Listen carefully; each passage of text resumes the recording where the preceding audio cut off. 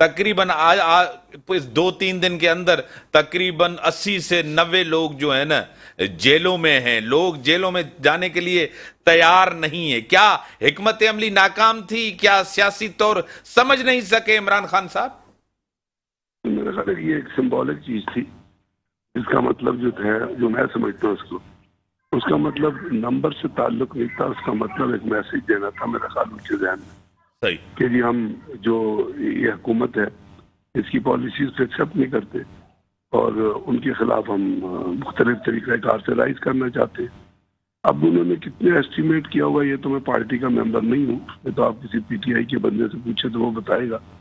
لیکن اس قسم کی چیزیں جو ہوتی ہیں سیاسی چیزیں ہوتی ہیں. جیسے ابھی آپ خاقان عباسی صاحب پہ بات کر رہے تھے، کبھی وہ کہتے ہیں کہ میں ناراض ہوں، کبھی کہتے ہیں وہ راضی ہوں، کبھی کہتے ہیں کہ میرا لیڈر نواز شریف ہے، میری لیڈر مریم نہیں ہے.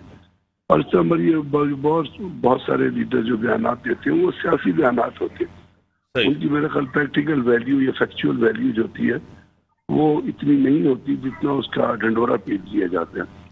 تو اسی کانٹیکس میں اگر اس کو بھی دیکھیں تو ایک ایسا ایلیمنٹ ہے جس میں انہوں نے کہا کہ اگر چلے 80 بھی ہو یا 100 بھی ہو یا 40 بھی ہو یا 20 بھی ہو، لیکن یہ تو ہے کہ ویلنگلی لوگ جو بھی لوگ ہیں وہ گئے ہیں اور اس میں پارٹی کے لیڈرز بھی شامل ہیں. اب وہ ان کا ایک طریقہ کار تھا، اس میں شاید جو انہوں نے لسٹیں بنائی تھی ان میں ایکسپیکٹیشن کیا تھی یہ تو آپ کو پی ٹی آئی والے ہی بتا سکتے ہیں. لیکن میرا خیال ہے کہ سمبل جو چیز ہے وہ سامنے آئی ہے جس سے پہلے پاکستان کی پالیٹکس میں نہیں آئی تھی. کیونکہ ان کی پی ٹی آئی کی پاکستانی لوگوں کی ڈیمانڈ تو ایک ہی ہے نا کہ آپ جلدی ایک فری اینڈ فیئر الیکشن کرا دیں. اس کے نتیجے میں جو بھی حکومت آتی ہے اس کو، جو بھی پارٹی آتی ہے اس کو حکومت کی اعلان سونپ دیں، چاہے وہ پی ایم ایل این ہو، چاہے وہ پی پی پی ہو، چاہے وہ جماعت اسلامی ہو، چاہے وہ پی ٹی آئی ہو. لیکن چونکہ یہ چیزیں نہیں ہو رہی ہیں ان کو غیر ضروری طریقے سے ریزسٹ کیا جا رہا ہے اور کانسٹیٹیوشن کا کھلواڑ کیا جا رہا ہے. کانسٹیٹیوشن بریگیڈیئر صاحب 2 چیزیں اس میں پوچھوں گا. یہ سارے مسائل جو ہیں جو بحران در بحران آپ کو نظر آئیں، ایک تو اس کا حل کیا ہے، اور دوسرا صدر پاکستان نے جس طرح بائی الیکشن کا اعلان کر کے، آپ کو پتا ہے اس کے اوپر سو موٹو نوٹس بھی ہوا ہے کہ الیکشن ڈیلے کیوں ہو رہے ہیں. اس کے اوپر بھی نون لیگ کو، پیپلز پارٹی کو اعتراضات ہیں 2 ججز کے اوپر. کیا کہیں گے اس کو؟ کیا کہہ سکتے ہیں؟ میں تو صرف اتنا کہوں گا کہ اس وقت جو آپ کے پاس اس ملک کی پرابلمس کا حل جو ہے وہ صرف ایک ہی حل ہے، وہ ہے کہ آپ الیکشنز کرائیں اور اس کے بعد جو لوگ یہاں پہ کیئر ٹیکر ہیں یا باقی جو ان کو امپوز کیا گیا وہ نکل جائیں سین سے. جن لوگوں کو لوگ الیکٹ کرتے ہیں وہ آ جائیں. اس کا بھی باقی صدر پاکستان جو کچھ کہیں گے اس کا بھی مذاق بنایا جائے. یعنی پاکستان میں تو اس وقت اگر آپ صحیح امپارشلی دیکھتے ہیں تو پاکستان میں نہ کوئی قانون ہے اس وقت، نہ کوئی حکومت ہے، نہ کوئی کانسٹیٹیوشن ہے، نہ کوئی رولز اینڈ ریگولیشن ہے. مطلب ایک ملک ہے جو جس کو اس حکومت نے امپورٹڈ حکومت ہے اس نے ایک سرکس بنا لیا ہے، اور سرکس بھی ایک ورسٹ سرکس ہے. اس طرح کی جو رولز اینڈ ریگولیشن، اس طرح کے بیانات یا اس طرح کی چیزیں جو میرا خیال کسی تھرڈ کلاس ملک میں بھی نہیں ہوتی جو ہمارے ملک میں آج ہو رہی ہے. کیونکہ لیڈرشپ تھرڈ کلاس ہے، سطحی لیڈرشپ ہے، ویژنری نہیں ہے، کرپٹ ہے. ان کو اپنا عدالتوں سے ضمانتوں پہ ہے. آپ کا پرائم منسٹر بھی 1600 ارب روپے کی منی لانڈرنگ میں انوالو ہے. پنجاب میں لوگ منی لانڈرنگ میں انوالو ہیں. تو جب اس قسم کی کرپٹ لیڈرشپ ٹاپ پہ ہوگی تو ملک کا مذاق بنے گا. ملک کوئی قانون کے دائرے میں رہ کے تو نہیں چلے گا. اب آپ کا انٹیریئر منسٹر ہے وہ ماڈل ٹاؤن کے اندر لوگوں کے مرڈر میں انوالو ہے، ڈائریکٹ اس کے آرڈر سے. پولیس کو ہر ایک کو پتہ ہے. وہ جو رپورٹ ایک جج صاحب نے تیار کی تھی اس کو غائب کر دیا گیا. تو مطلب یہ کرمنلز مائنڈیڈ لوگ اوپر بیٹھے ہوئے ہیں تو ملک میں سسٹم کس طرح ٹھیک چل سکتا ہے؟ اگر کرمنل لوگ اوپر بیٹھے، مائنڈیڈ بھی نہیں ہے بلکہ کرمنلز ہیں، اگر کرمنلز اوپر بیٹھے ہوئے ہیں تو وہ تو کھلواڑ ہی کریں گے نا. وہ تو ایک مسیکر کریں گے ہر چیز کا، وہ ایک تباہی کریں گے، چاہے وہ رولز ہو چاہے وہ کانسٹیٹیوشن ہو. مطلب چور قسم کے لوگ جب بیٹھیں گے تو چوری کریں گے نا. چور کبھی نیک کام تو نہیں کر سکتا. تو یہ ہے آپ کی گورنمنٹ کا اس وقت شیپ اور اسٹرکچر. یعنی آپ دیکھیے نا، اس سے ورسٹ کوئی سینیریو ہو سکتا ہے کہ آپ نے ٹرکی امداد بھیجی ہے سندھ سے اور اس کے اندر وہی چیزیں واپس بھیج دی ہیں ٹرکی سے آئی ہیں. اب آپ مجھے بتائیے اس کا کوئی جواب ہے کسی کے پاس؟ ٹرکی میں جو پاکستان کی تھوڑی بہت عزت ہے، جو دنیا میں ایک ملک ہے جو پاکستان کی اور پاکستانیوں کی عزت کرتا ہے، وہ ہے ٹرکی. جہاں لوگ آپ کو بردر کہتے ہیں، آپ نے ان کو بھی ناراض، ان کے اوپر بھی دھبا لگا دیا سپورٹڈ گورنمنٹ نے اور سندھ کی سرکار نے۔ سر جب کرمنل لوگ ہوں گے نا، جب انویژنری لوگ ہوں گے، جب چور چکے ہوں گے، تو پھر یہی ہوگا جو آج کل ملک میں ہو رہا ہے۔ چاہے پریزیڈنٹ کچھ کہہ دے، چاہے سپریم کورٹ کہہ دے، سپریم کورٹ کے اندر سے یعنی آپ دیکھیں نا، جسٹس مندوخیل صاحب کا جو لیٹر ہے وہ سپریم کورٹ کی چیف جسٹس کے پاس نہیں تھا، وہ فاروق نائک صاحب کے پاس موجود تھا۔ وہ کہاں سے آیا فاروق نائک صاحب کا؟ اس پہ انکوائری نہیں ہونی چاہیے؟ آپ گورنمنٹ ہے، آپ کو پتہ ہے دنیا میں سائبر کرائم میں سب سے بڑا کرائم جو ہے وہ جو کسی کی کال ریکارڈ کو لیک کرنے پہ آتا ہے۔ اب یہاں پہ اور اس کال کو ٹیپ کرنے کے بھی کوئی رولز اینڈ ریگولیشنز ہیں، یہاں پہ روزانہ ایک لیک کر کے بڑے فخر سے حکومت جو ہے کسی کی کار لیک کر، یہ چیز بھی کوئی سسٹم ہے؟ یہ تو بنانا ریپبلک میں بھی نہیں ہوتا بھائی۔ یہ صرف اس لیے ہے کہ آپ ایک بہت انٹینسو صحیح برگیڈیئر صاحب، آپ ٹیلی فون لائن پہ رہیں، کمپلسیو لائرز بیٹھے ہوئے ہیں بس۔ ٹیلی فون لائن پہ رہیں۔ حکومت نہیں ہے، کانسٹیٹیوشن نہیں ہے، آئین قانون نہیں ہے، میر کیا صاحب، کہیں؟ سب سے پہلے تو میں نے پہلے بھی آپ سے گزارش کی، جب میں نے آپ سے پوچھا کہ پروگرام میں کون کون ہے، تو آپ نے لکھا ہوا ہے بریگیڈیئر ریٹائر غضنفر علی، آگے لکھا ہے تجزیہ نگار۔ میں نے آپ کو کہا تھا آپ آگے لکھیں تحریک انصاف۔ ہو بہو عمران خان کی زبان بول رہے ہیں۔ اب یہ کہہ رہے ہیں کہ اچھا ان کو یہ بھی چاہیے کہ پرانی کیسٹوں کے بعد ابھی نئی کیسٹیں بھی سنیں اس کی۔ پرانی کیسٹوں میں اس نے کہا تھا امپورٹڈ حکومت ہے، ابھی تک اس پہ رٹے ہوئے ہیں۔ ان کو یہ نہیں معلوم کہ وہ امپورٹڈ حکومت والے بیانیے سے مکر چکا ہے، معافیاں مانگ چکا ہے، ترلے کر چکا ہے، منتیں کر چکا ہے امریکہ کی کہ جی آپ لوگ انوالو نہیں ہیں، مجھ سے غلطی ہو گئی ہے بہت بڑی، بہت آگے نکل گئی ہے بات، مختیارہ گل وڈ گئی ہے، ان کو پتہ ہی نہیں ہے۔ اچھا دوسری بات یہ ہے کہ بڑے دھڑلے سے کہہ رہے ہیں کہ جی کرمنل لوگوں کی حکومت ہے، اور کہہ رہے ہیں کہ جی الیکٹڈ لوگ آنے چاہیے۔ آپ کو پتہ نہیں ہے کہ یہ جتنے لوگ بیٹھے ہوئے ہیں یہ الیکٹڈ لوگ ہیں، لوگوں کے ووٹ سے آئے ہیں۔ آپ ایک تجزیہ نگار کا لبادہ اوڑھ کر پی ٹی آئی کی ترجمانی نہ کریں جناب۔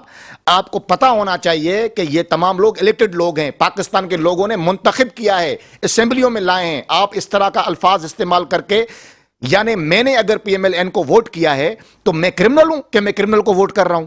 آپ پاکستان کے لوگوں کے ووٹ کی توہین کر رہے ہیں۔ آپ کو کس نے حق دیا ہے کہ آپ پاکستان کے لوگوں کے ووٹ کی توہین کرتے رہیں؟ یہ جتنے بھی لوگ آج حکومت میں بیٹھے ہوئے ہیں یہ سب ایم این ایز ہیں، الیکٹڈ ایم این ایز ہیں، کسی نے ہم احسان نہیں کیا ہے۔ ہم اس مشکل ترین حالات میں، جب جنرل باجوہ خود کہہ رہے ہیں کہ عمران خان کو لانے کی تیاری ہم لوگوں نے کر لی تھی، جنرل فیض ایکسپوز ہو چکا ہے، ان حالات کے اندر بھی ہم یہ مشکل ترین حالات میں وہ حل کی ہم جیت کے آئے جس پہ آپ لوگ دھاندلی نہیں کرا سکے تھے، ورنہ تو آپ دھاندلی سے اس کو عمران خان کو لے کے آئے۔ یعنی جہاں پر بھی یہ لاڈلا آپ کا پھنستا ہے آپ اس کی ہیلپ کرنے کے لیے پہنچ جاتے تھے۔ وہ باتیں ہم سے بھول گئی ہیں، ہمیں ماضی میں نہ لے جائیں، ہم پاکستان کو آگے بڑھانے کے لیے اپنی سیاست کو قربان کر رہے ہیں۔ بڑی مہربانی آپ کی بڑی مہربانی بریگیڈیئر صاحب۔ جو ملک کی حالات ہیں آپ کے سامنے ہے، جیل بھرو تحریک ابھی تک تو ناکام نظر آ رہی ہے، آگے دیکھتے ہیں کیا ہوتا ہے۔ مہنگائی سب سے گورنمنٹ سے سب سے مشکل سوال جو ہے وہ معیشت کا ہے، وہ سیاسی افراتفری، اس کا حل کیا ہے؟ اس کا حل کچھ لوگ کہہ رہے ہیں کہ ٹائم پہ الیکشن، کچھ کہہ رہے ہیں وقت سے پہلے الیکشن۔ اسی کے ساتھ ہی اجازت، اللہ حافظ۔